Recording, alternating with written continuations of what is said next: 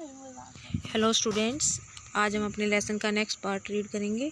इससे पीछे वाले वीडियो में हमने पढ़ लिया था सारी इसके ब्रेन के पार्ट्स के बारे में, फिर हमने पढ़ा था स्पाइनल कॉर्ड और उसके बाद स्केलेटन सिस्टम, और आज हम पढ़ने वाले हैं जॉइंट्स के बारे में। वैसे तो मैंने बता दिया था जॉइंट्स के बारे में थोड़ा बहुत कि जॉइंट क्या होते हैं। जहाँ पर दो बोन्स आपस में मिलती हैं उसी जगह को हम बोलते हैं जॉइंट। और हमारी बॉडी में कितने जॉइंट हैं और कहाँ कहाँ पर हैं, कौन कौन से, इस बारे में आज हम रीड करेंगे। The bones are held together by strong tissues called ligaments, यानी कि a place where two bones are connected, उस प्लेस को तो हम कहेंगे जॉइंट। और दो बोन्स को जो चीज़ जोड़ती है, जो टिश्यू जोड़ता है, उसे हम बोलेंगे लिगामेंट। तो अगर स्कल वाले पार्ट की अगर हम बात करें, in the skull only the lower जा कैन बी मूव्ड, कि सिर्फ नीचे वाला लोअर पार्ट जो है वही मूव कर सकता है, बाकी कोई भी पार्ट हम मूव नहीं करवा सकते। बट द जॉइंट ऑफ नी यानी घुटने की बात करें, एल्बो यानी कोहनी, शोल्डर यानी कि कंधों की बात करें, तो यहाँ पर हम आसानी से मूवमेंट करवा सकते हैं। एक ग्रेट डील ऑफ मूवमेंट, यानी हम इनको अच्छी तरह से मूवमेंट करवा सकते हैं। According to a kind of movement, movable joints are divided into 4 classes.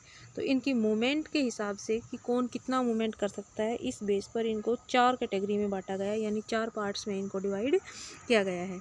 तो पहला जो जॉइंट है हमारा, उसे हम बोलते हैं ball and socket joint. Ball and socket joint. The hip and shoulder joint are ball and socket joint, यानी हमारे हिप्स के पास, हिप के अंदर जो हमारा लेग्स जो जुड़ी हुई हैं वो वाले जॉइंट, और साथ में शोल्डर में जहाँ पर हमारे हैंड्स कनेक्टेड हैं, हाथ जुड़े हुए हैं, ये दोनों जॉइंट कहलाते हैं ball and socket joint. The head of the upper arm is a ball like structure which fit into the cup like cavity of the shoulder region. जैसे कि यहाँ पर दिखाया गया है कि हमारा जो हाथ है वो किस तरीके से कनेक्टेड होता है।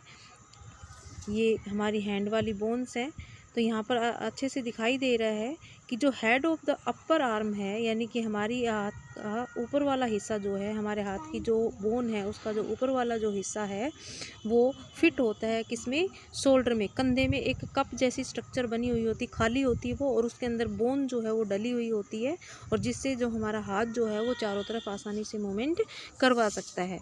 तो सर्कुलर मूवमेंट अलाउ होता है। आप करके देख सकते हैं कि हमारा हाथ जो है वो सभी डायरेक्शन में आसानी से मूवमेंट कर सकता है। तो ये था बॉल एंड सॉकेट जॉइंट।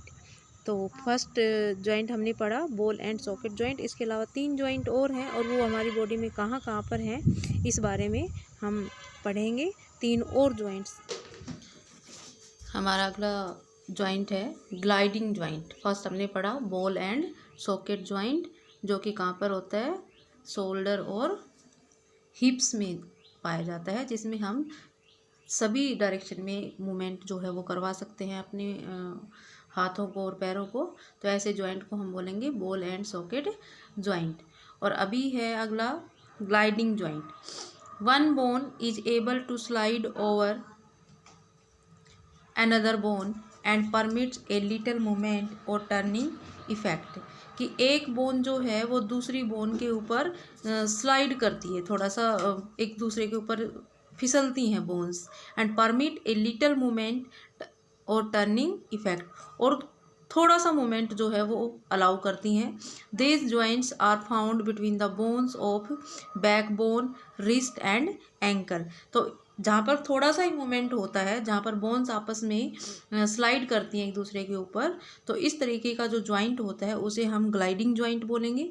और ये ग्लाइडिंग जॉइंट हमारी बॉडी में कहाँ पर पाया जाता है, रिस्ट में, यानी कलाई के पास। हाथ को कलाई की जगह से हम देखो थोड़ा सा ही मूवमेंट करवा सकते हैं।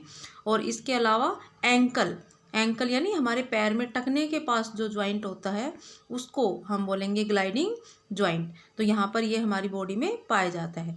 तो ये था ग्लाइडिंग जॉइंट, जिसमें थोड़ा सा मूवमेंट अलाउ होता है, जिसमें बोन्स जो है वो एक दूसरे के ऊपर स्लाइड करती हैं।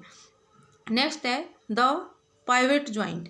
पाइवट जॉइंट क्या होता है? The pivot joint is found between the first and second bones of the backbone, यानी पाइवट जॉइंट जो है वो पाया जाता है कहाँ पर, हमारी बैकबोन के पास, यानी बैकबोन में फर्स्ट और सेकंड बोन जो है गर्दन के पास, हेड के नीचे, वहाँ पर ये जॉइंट पाया जाता है। It allow the head to move from side to side, और इस जॉइंट की वजह से हम अपने हेड को साइड टू साइड मूवमेंट करवा सकते हैं, लेफ्ट और राइट में, एंड अप एंड डाउन, आगे पीछे, लेफ्ट एंड राइट, बिल्कुल 360 के एंगल पर, यानी बिल्कुल चारों तरफ हम अपने गर्दन को जो है वो रोटेट नहीं कर सकते। तो पाइवट जॉइंट जो है वो साइड बाय साइड मूवमेंट को अलाउ करता है। तो पाइवट जॉइंट कहाँ पाया जाता है? हेड के नीचे, गर्दन के अंदर जो जॉइंट है हमारा है, रीढ़ की हड्डी के साथ, बैकबोन के साथ, जहाँ पर हेड जॉइंट है वहाँ वाला जो जॉइंट है वो कहलाएगा पाइवट जॉइंट। तो ये हमारा थर्ड जॉइंट था। टोटल बॉडी में कितने जॉइंट बताए थे? 4 जॉइंट बताए थे, 3 हमने रीड कर लिए। अगला है हिंज जॉइंट। तो हिंज जॉइंट कहाँ पर पाया जाता है? Hinge joint, in this joint the bone can move only in one plane, कि ये ऐसा जॉइंट है जिसमें बोन जो है वो सिर्फ एक ही प्लेन में मूवमेंट कर सकती है। They are at elbow and at the knee. तो ये वाले जो जॉइंट हैं वो कहाँ पर पाए जाते हैं? हमारी एल्बो में और नी में, यानी घुटने में और हाथ की जो कोहनी होती है वहाँ पर पाए जाते हैं।